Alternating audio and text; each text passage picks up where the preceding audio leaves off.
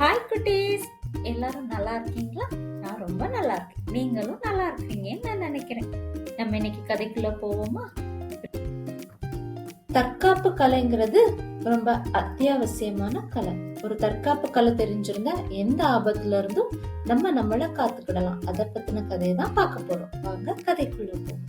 நம்ம குட்டி வெட்டுக்கிளி ஒரு கராத்தே கிட்டு மாதிரி. அவரு எப்போதுமே கராத்தையை பிராக்டிஸ் பண்ணிட்டே இருப்பாரு. அவர் வாழ்ந்த ஊர்ல நிறைய வெட்டுக்கிளிகள் இருந்துச்சு.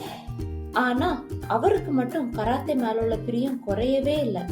அவர் எப்போதுமே கராத்தே பண்ணி எல்லா இடத்துலயும் பிரைஸ் வின் பண்ணி கோல்டு மெடலிஸ்டா இருந்தார்.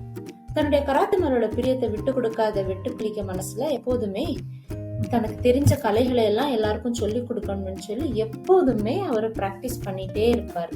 இடைவிடாது பயிற்சி பண்ணிட்டே இருப்பாரு. ஆனா இது பார்த்த மக்கள் எல்லாம் அவரை கிண்டல் அடிக்க தொடங்கினாங்க. இவனுக்கு வேற வேலையே இல்ல அப்படின்னு.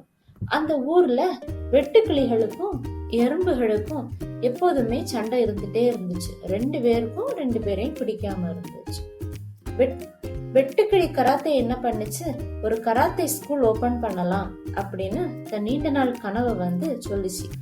கராத்தே ஸ்கூலும் அது ஓபன் பண்ணிச்சு. ஆனா ஓபன் பண்ணக்கூடிய அன்னைக்கு ஒரே ஒரு குட்டி மேண்டிஸ் மட்டும்தான் கராத்தே ஸ்கூலுக்கு வந்துச்சு.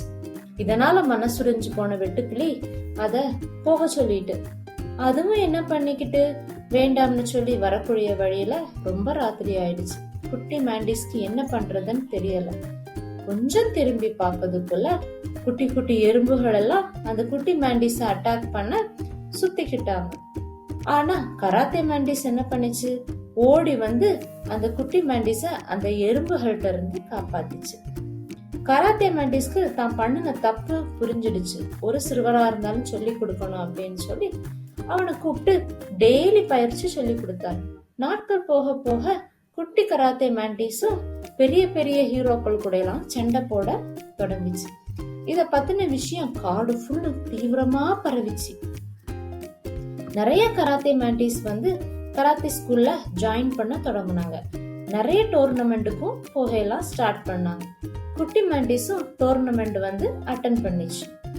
அதுகளை சேர்த்து விட்ட அம்மாக்களும் அப்பாக்களும் அவங்க குடும்பங்களும் அதை பார்த்து ரொம்ப அப்ரிஷியேட் பண்ணிட்டு இருந்தாங்க.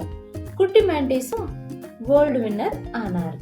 இதே மாதிரிதான் குட்டீஸ், நம்மளும் தற்காப்பு கலை எப்போதுமே தெரிஞ்சிருக்கணும். ஸோ இந்த சம்மர் வெக்கேஷன்ல ஏதாவது தற்காப்பு கலைகள் கிளாஸ் இருந்துச்சுன்னா போய் அட்டன் பண்ணுங்க.